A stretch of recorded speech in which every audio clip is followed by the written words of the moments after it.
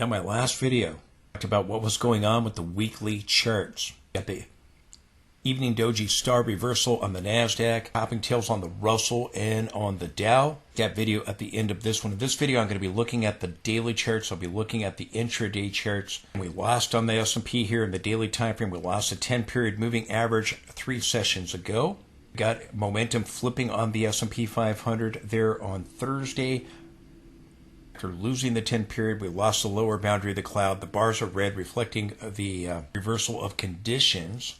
You to be watching for the red bars to show up. They did. Now, again, NVIDIA and the semiconductors have peaked. There's a very good chance NASDAQ has peaked July 10th. Reversal on the 11th. I talked about on the 11th that could mark a top for the 10th on NASDAQ. Sold off. I was looking for a lower high at the 78.6 Fibonacci. We hit it right on the nose. I'll show you that chart. We continued to get a lower low. S&P got the gap back up here, so again, it still may try to go to a new high.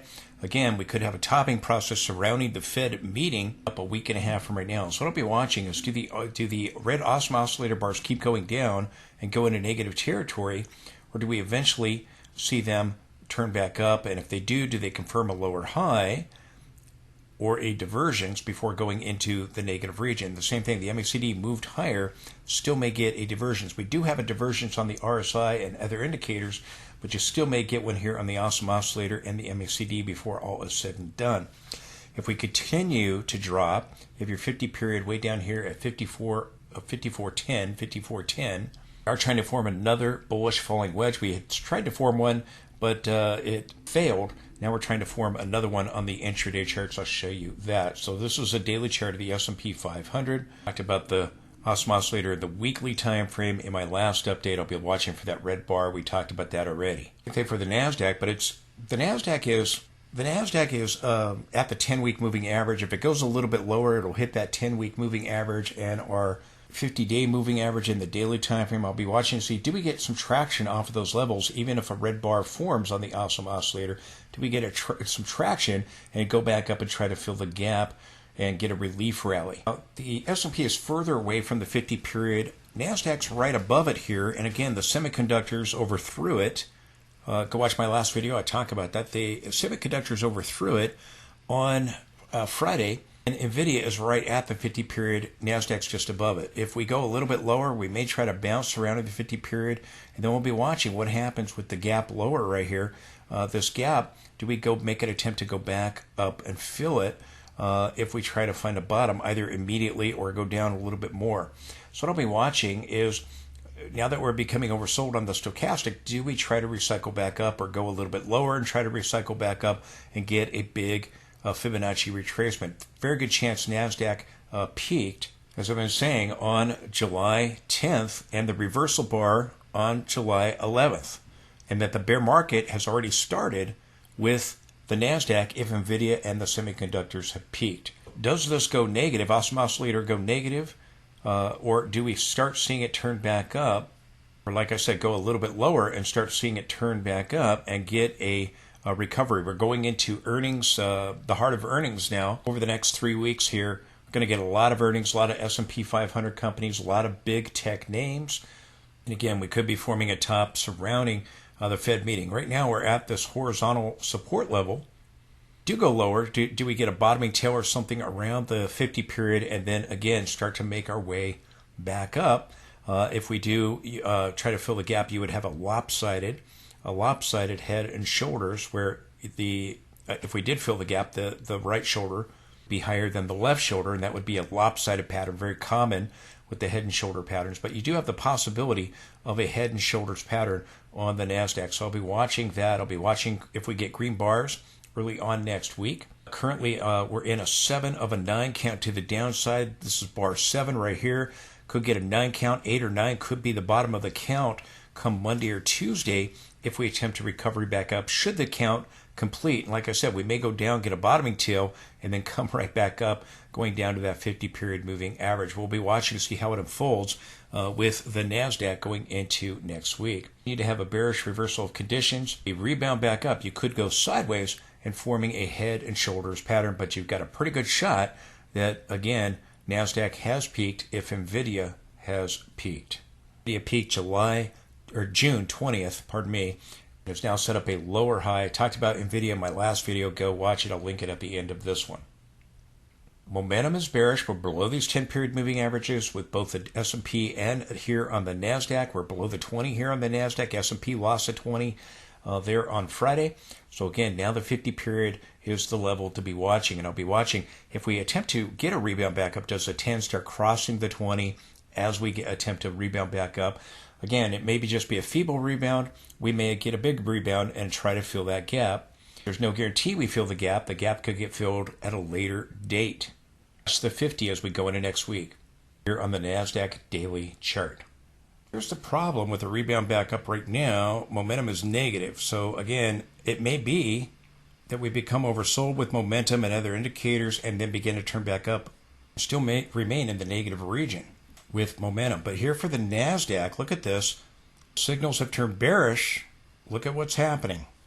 You see this little shaded area right here? This is telling us something big is getting ready to happen. So even if we bottom out and rebound, or bottom out immediately and rebound and come back up to try to fill the gap up here, try to come back up and fill the gap, this is telling us something big is getting ready to happen. We're about to get a big move down or up on the NASDAQ.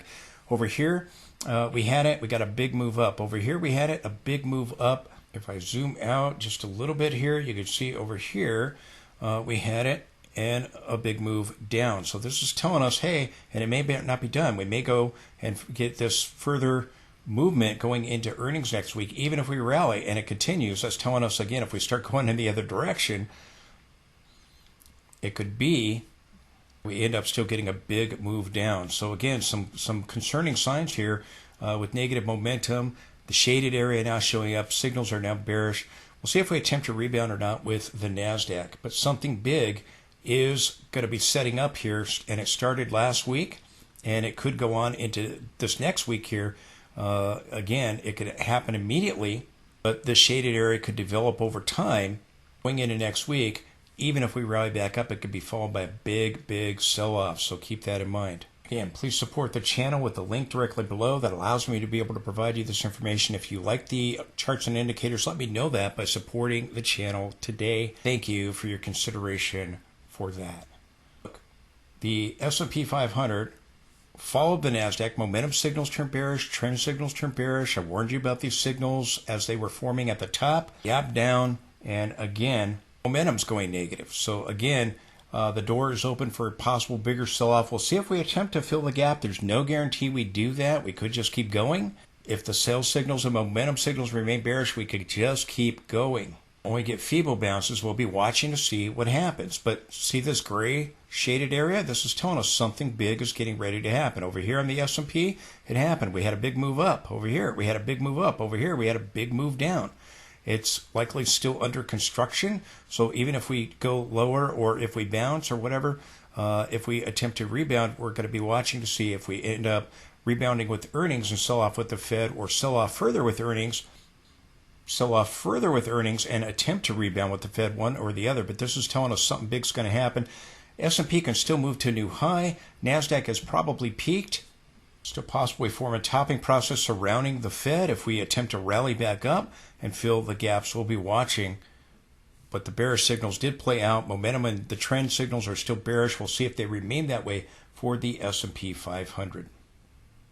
Now, again, I told you at the last FOMC meeting on June 12th that we either had a top or continuation pattern. We peaked and we went sideways, and then we went higher. It was a continuation. We've started to sell off here. This is the S&P.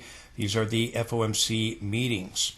Red is a pause. The black are the rate hikes. Again, I told you at the last meeting it was either going to be a continuation, because we already had a bottom. It was either going to be a continuation or a top. It was a continuation. We've come back down to those levels. Still could go fill the gap from a top with the next FOMC meeting. So do keep that in mind. If we attempt to fill those gaps, we'll be watching. He gapped at the very top, so very good chance we're going to try to go back and fill that gap. So do keep that in mind. Chance on NASDAQ has peaked if NVIDIA has. At the gap with the lower high that's set up, NVIDIA's got a gap the semiconductor ETF has a gap. At some point, we'll be watching to see if we attempt to fill those gaps either with earnings or surrounding the Fed before or after the Fed. We'll be watching. I guarantee we fill the gaps, but we could. But again, the next FOMC meeting that we get in a week and a half from now could mark a top. This so far has marked a continuation. If we continue to sell off without any kind of recovery and get a bigger drop, then the next Fed meeting could mark a bottom, a continuation. So we'll be watching to see how it unfolds. Fed meetings have been coined the turns, tops, bottoms, and continuations of the trend. So we'll be watching to see what the next one holds. And if we recovery ahead of the Fed, you got a shot at a top. If we could get further selling ahead of the Fed, then you got a shot of a continuation or a bottom. Go down sharply lower. We'll be watching period on the NASDAQ 100. Had that bullish falling wedge form on Thursday, and again I told you to watch to see, does it fail, does it play out. We'll see what happens. And it attempted to break out and back test, but then the pattern failed. It's moved into a larger bullish falling wedge here on the 5-minute chart. We'll be watching to see if anything becomes of that possible breakout and back test. Pattern is unconfirmed, so we'll be watching. Can we get back above the 200? Pattern could give us a reversal, or it could give us just a bounce. VIX is predicting we'll have an update on Monday. 85% chance we will. Watching to see if that holds or not. Again, the VIX still has a 15% chance of failure, so keep that in mind. Here it is on the 15-minute chart. Again, a breakout, a back test, and again, the bullish divergence is on the 15-minute chart. Can this produce a rebound? Can this produce a short-term bottom? We got the gap way up here at the top. So again, it's very possible that if we do attempt a recovery, either going lower and attempt it, or right here now with this bullish falling wedge, breakout and back test, it's unconfirmed. So keep that in mind. We've got to see follow through here, moving above this peak, and then again starting to get back above the 200 on the 5-minute chart. But if these divergences can play out, and again, they may not be done yet, see NASDAQ test the 50-period moving average, or maybe NASDAQ goes lower, but S&P doesn't. Could be they diverge at tops and bottoms. Very common. That recently at our high over here with the S&P, the NASDAQ did not make a new high. That in early July. The S&P with this bullish falling wedge is at the 200 period on the 60-minute chart. If we lose this area again, and we could, again, we'll guarantee the pattern plays out. We see signals all start turning back to bullish, but we're at the 200 period. If we go a little bit lower, we'll be at the channel line, the lower channel line on the S&P 60-minute chart. Keeping this pattern in mind, bullish divergences here. And again, these bullish divergences on these shorter term time frames, they could just give you bounces. We've had a bounce. It may be produce a reversal, but they could also just produce a bounce. Mark short-term price fluctuations, not main movements like the daily time frame or the weekly time frame. With that bullish falling wedge and possible breakout, we've come to the 200 period moving average. If we go a little bit lower, you're going to be slamming right into this rising trend line. So I think one of these two places could mark a bottom. If we do go to the lower boundary of the channel, then the NASDAQ could hit that 50-period moving average. We'll see what happens. Do we try to recover here off the 50, or I'm sorry, off the 200 period, or do we try to recover and go a little bit lower and try to bounce off of this lower boundary channel line? And I told you in the consolidation that we were going to go higher. Signals had remained bullish the daily time frame, and we were going to go up and try to beat the divergence in the weekly time frame that I've been talking about. We did just that. I told you the rally would fail. It did. Still may not be done. We had this gap right up here at the highs. It may be that we come back up, and we come back up to this level because, again, if NASDAQ attempts to fill the gap and get a lower high, we still may see a higher high on the S&P 500. It may be surrounding the Fed meeting. The Fed meetings have been calling the turns over and over. I still think there's a chance this gap fills sooner rather than later. We'll be watching to see what happens. But again, good chance NASDAQ has peaked. Momentum is trying to form a bullish divergence at extremes. So we'll be watching that as well as we go into next week. We're going to be getting earnings. I think we can attempt a recovery going into the Fed meeting. With earnings, I think it's possible we can begin to top out, should we make a new high, back up to this upper channel line. Now, if we look at the other channel that I've talked about here, the black line, again, excluding the shadow, here we have the S&P hitting that trend line. So again, we're turning off the red upper boundary, The red lower boundary here of the channel is directly below. So again, I'll be watching, does the red channel continue to be a dominant support and resistance, or does it change? And again, I'll be watching this black trend line and our 200 period moving average. We're very oversold. We can become further oversold and still hit this other trend line, but it's just some trend lines for the channel that I'm paying attention to, and I've been talking about these channels for quite a while here. Recently, we hit the upper boundary. We talked about the divergence that formed on the RSI here, and again, that played out, and we saw this big sell-off here, been gapping down, dropping below the 50 period, dropping below the momentum cloud and the momentum line, and dropping below the trending cloud here as well. See, do we rally back up? And if we do, try to find a bottom at the 200 here in this black trend line or down at the red trend line, we're going to be watching, can we go back up and try to make a new high and fill the gap? Or again, do we do that at a later date or not at all? Just want to watch a gap. Is it a gap and go, a gap and fill, gap and trap? Well, it's a gap and go. We gapped down and we just kept going on those intraday charts. So again, we'll see if we attempt a recovery to fill the gap or not. Still may form a divergence before all is said and done here, but you don't have to. You didn't form a divergence here. And you just shot up and again attempted a recovery, got back above the 50. So we'll be watching to see if we do that early next week with earnings, if we attempt a recovery going into the Fed meeting. And if we do, then NASDAQ can form a head and shoulders. I'll show you that in just a moment. And S&P could try to make a new high. Here we have the diversions playing out nicely. And I talked about these divergences before the sell-off ever happened. And we had that high very end of the session there, earlier in the week, and then gaps lower and had this follow. Again, MACD, no bullish divergence yet. It's not curling back up. We'll see if it does form a bullish divergence or just attempts a recovery. If it gets a bullish cross, we'll be watching. Where do we drop down? See the histogram drop down like I'm watching on the side here. Does it drop further down? Does it form a little divergence right here? And we end up trying to go down to that other line, the lower boundary of the red channel. This is why I'm saying the bullish falling wedge on the 15-minute chart and the 5-minute chart may still end up failing if we can't get the traction back up. Or if we do, again, we may go up and then form a divergence and get something like this, where we go up and go like that. So keep that in mind. We'll be watching to see how it unfolds with the S&P at these levels of support, but be watching to see, do we get a bounce off the 200 in this trend line, or do we go down to this trend line? Be watching that. And then you have some good support right in here as well at this level, horizontal support. That nice diversions play out on the RSI. Again, it still may not be done. You still may, again, go down a little bit further. Again, you got that horizontal support in the channel and then try to rally back up. And it may be we see the S&P fill the gap and go to a new high where NASDAQ makes a lower high, and it may be that we get another reference point of a divergence surrounding the Fed meeting before all is said and done. So keep that in mind, because again, while we had the divergence on the RSI, the MACD did not form a divergence. It still may do it.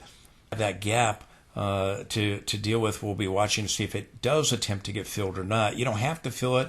Again, if we just start dropping, it may not get filled at all. We don't know. Oftentimes, a gap attempts to fill. Watching that. Again, the possible larger head and shoulders under construction here. If we just continue to fall, we lost the 10 and 20 period moving average, but they're not getting a bearish cross yet. So we'll see, do we fall further and then rebound, or do we attempt immediate rebound with the bullish falling wedge? Divergence on the RSI. Again, we did gap lower, breaking this trend line. Now, the trend line I'm showing you in the 60-minute time frame is a channel.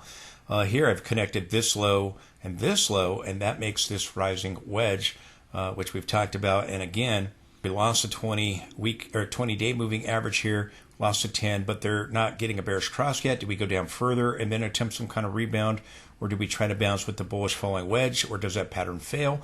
We got a gap fill here at the high, so again, there's still a very good chance that we move to a new high on the S&P surrounding the Fed. Again, the awesome oscillator, as I talked about, could go lower and then go back up and still form a divergence there on the daily chart when we've talked about that awesome oscillator earlier. Again, you got the possible neckline right here, possible head and shoulders if we end up getting a rebound and filling the gap, or just continue to decline and see the bottom fall out of the market into a summer sell-off here. We're watching to see, can we attempt to recovery try to fill these gaps before a bigger drop or not. The S&P 500 daily here. And the NASDAQ was down another 1% there, 0.93% there, 182 points, pardon me, on Friday. Again, you've got this possible head and shoulders in play for the bigger picture. 50 periods directly below. We'll see if we attempt a recovery either at the 50 or immediately. And again, you've got the horizontal support that we're in right now. You got the gap fill directly below that at the 50-period moving average on the NASDAQ daily chart. This is NASDAQ daily chart. You got this possible head and shoulders. Even if we go back and fill the gap, you can still get a move like that going into the late summer or on into the early fall. Again, I believe on September 18th, the Fed will pivot. That we're likely going to see a top develop with that, or before that. I think the NASDAQ has probably topped. S&P jury is still out on that because of the gap and the way the formation took place there with our gap lower. The highs, NASDAQ got a lower high and gap lower.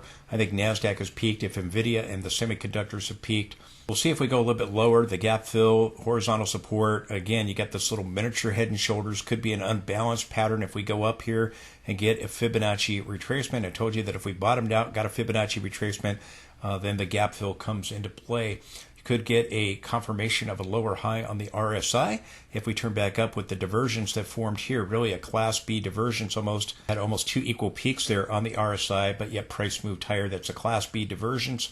We're going lower. The stochastic is becoming oversold. Again, we have a 7 of a 9 count. We could complete a 9 count up by Tuesday and recycle back up with the 8 bar or the 9 bar on Monday or Tuesday being the low for NASDAQ should it go lower. So something to pay attention to.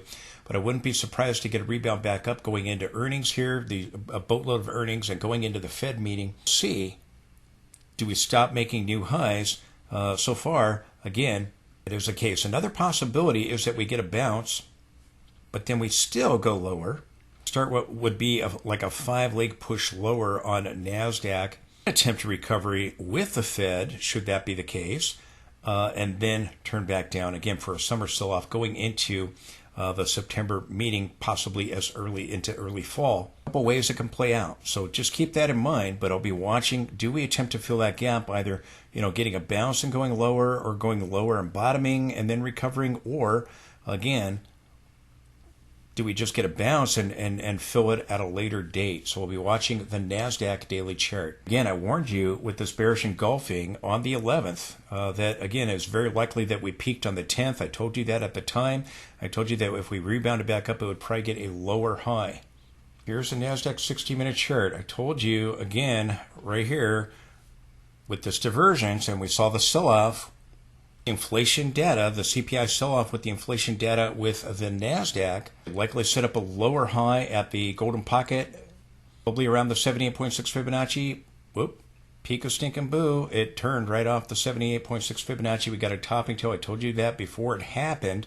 And I told you that on the 10th, we very well may have a top. I was looking for a lower high for another divergence between the NASDAQ and the S&P, as I told you, and we got that. We had a little tiny divergence at this peak. We had a larger one here. We still may get a larger one, probably better seen on the daily or weekly chart. But zooming out, happened, and we dropped, and I told you about all of this business with the lower high happening. Now we're forming a bullish divergence. We don't have one yet on the S&P 60-minute chart, but we do have one forming here on the NASDAQ. And again, I talked about this support level at great length and detail. We come down to it. We move just beyond the 200. And again, there's a major trend line here and horizontal support. If we break this level and go a little bit lower, you have the 50-period moving average in the daily time frame. And we may try to get a bottoming tail or something around there. But I'll be watching if we can fill this gap up here. If we can come up and fill this gap in the, just the 20,400 area, right in that range or so, or take. Again, I'll be watching, do we go lower and then rebound? But you're getting some attempted bottoming tail and inverted hammer here. We'll see if we attempt a recovery here or not, or do we get a bounce and then go lower and then attempt a recovery maybe with the Fed. But we're going to have the earnings, so we'll be watching that. But you got, again, the smaller head and shoulders and the larger one. This is a smaller one on the intraday charts for the NASDAQ. So, and again, if we go up here and try to fill the gap immediately, then you got a lopsided pattern with the left shoulder being shorter than the right shoulder if we stop making new highs. Could be that we, again, have a 5-leg push lower where we have 1, 2, this whole thing is 3 here, may or may not be done, and then we get some kind of recovery for 4, and then we go and get one more push down for 5. Could be, and that we take our time filling the gap, so keep that in mind. Fold in a couple different ways, but we're watching the support level here. And again, if you look at the support level and the bullish divergence here, taking us back to this trend line, this channel here that I've talked about, and just beyond it. And again, sometimes channel lines change. Just be breaking it right now and fill this gap at a much later date, or maybe not at all. But again, I think that if we do get another push down here, you could get a divergence. Even if we go try to get a bounce, you could still see another push down or get it immediately. We'll be watching to see how it unfolds. Again, you got a potential 9 count completing on Tuesday in the daily time frame. We have the possibility of a head and shoulders, even if we break this level, but then get back above it with the bottoming tail. So again, do we attempt to bounce come Monday? We try to bottom out and go down further. Again, you got the gap down here that I've been talking about here in about the 19,200 area. You got the horizontal support that we're testing right now. We've reached the trend line just a bit there. So our boundary of the channel. So we'll be watching to see how it unfolds. Momentum's down at extremes, still could form a divergence and go lower here. So we'll be watching that. You do have a nice looking divergence though, already forming on the RSI on the NASDAQ 60-minute chart. Just going back to the close-up here, again, MACD, you're forming a bullish divergence also on the histogram, so I'll be watching again. Do we attempt some kind of rebound here? Even if we do, you still might hit that 50-period moving average in the daily time frame before all is said and done. But again, we're going to be watching. Do we start seeing evidence of a recovery or a bounce and then a drop and still get a recovery? Again, either with earnings or with the Fed. We'll be watching this gap and again, an overall topping process possibly surrounding the NASDAQ. But like I said, again, guarantee you fill the gap. If you get a gap and go, you just may get some feeble bounces along the way and just going lower down to that 17,000 area before all of a sudden have the larger head and shoulders that we've been talking about. Again, is right here, which again is at this 17,000 area here. If we, just get feeble bounces and just keep going, until Fed. But again, a lot of times gaps fill, so we'll be watching. I've been saying the Fed pivot is bullish. We have right now the Fed pivot coming is going to trigger the crash, and the market will either peak with the Fed pivot or will peak ahead of the Fed pivot. We have two cases here. The bursting of the tech bubble, the market peaked before the Fed pivot, established a lower high, started to drop some 20%. Going into the Fed pivot, which we could see happen from September if the head and shoulder patterns begin to set up. Got a little bit of a bounce ahead of the Fed pivot, and with the Fed pivot, we peaked right after that and got a lower high and saw a much bigger decline. And again, the bear market being ushered in.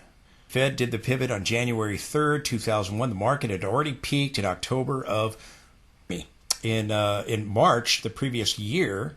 A lower high in August. Had a significant sell-off going into the Fed pivot. Over here we peaked just after the Fed pivot. Again, we had the pause, very similar to what we had right now. This big move up, getting some volatility ahead of Fed pivot, but then rebounding back up, and then again, eventually in the Fed pivot September 18th, which is the day I think they're going to do it this year for 2024. This was September 18th, 2007. And they did it, and about 2.5, 3 weeks later, the market peaked right after that in early October. And we saw the bottom fall out of the market with the financial crisis here, with the bursting of the tech bubble here. That's likely going to be the case with a bear market following. The Fed pivot is very bearish. The herd believes it's bullish. You drink the Kool-Aid that on the financial channels, experts on the financial channels who are selling into the rally, by the way, institutions have undergoing distribution. They put out this narrative that we're not going to have a recession, we're going to have the soft landing, and we're in this new bull market and all the rest of it. As they sell into the rally, the retail investors are driving it higher, the institutions are selling into the rally. I want you to make you aware of that either here we peaked with the Fed, here we peaked ahead of the Fed, and again, those scenarios is likely. You have the divergences, as I've talked about, in the weekly time frame. There's a good chance that before February 18th, we complete a top. I think NASDAQ probably already has. S&P probably hasn't finished it yet. I've warned you that, again, signals are predicting a recession with the inverted yield curve starting to steepen. The 3-month Treasury right here in red, which is dropping below the 50-period moving average, meaning we're going to get a Fed pivot very soon, like we did over here and like we did over here. The 3-month tends to lead that and warn, which when it drops below the 50-period moving average. And again, you're going to get the bear market coming with the Fed pivot. So this is a huge warning sign that the recession is now about to happen, with the 3-month Treasury yield dropping below. And as I keep saying, negative correlation between the yields and the S&P. The 10-year yield, I talk about it all the time. That correlation is about to change, where the market's going to drop and so are the yields. Had a negative correlation, it's going to turn into a positive correlation where the yields are going to start coming down, the Fed is going to start lowering rates, but the market is going to drop with that because recession is right around the corner. And Powell, on his Q&A the other day, expressing concerns about the economy. The inflation, the uptick with the PPI report, is likely not a concern right now because we have a recession. That's going to solve the inflation problem. Powell was saying we're not going to have a recession. They always say that. They can't rattle markets. Powell knows we're going to have a recession. This is a huge warning sign that it's about to happen now. Very close.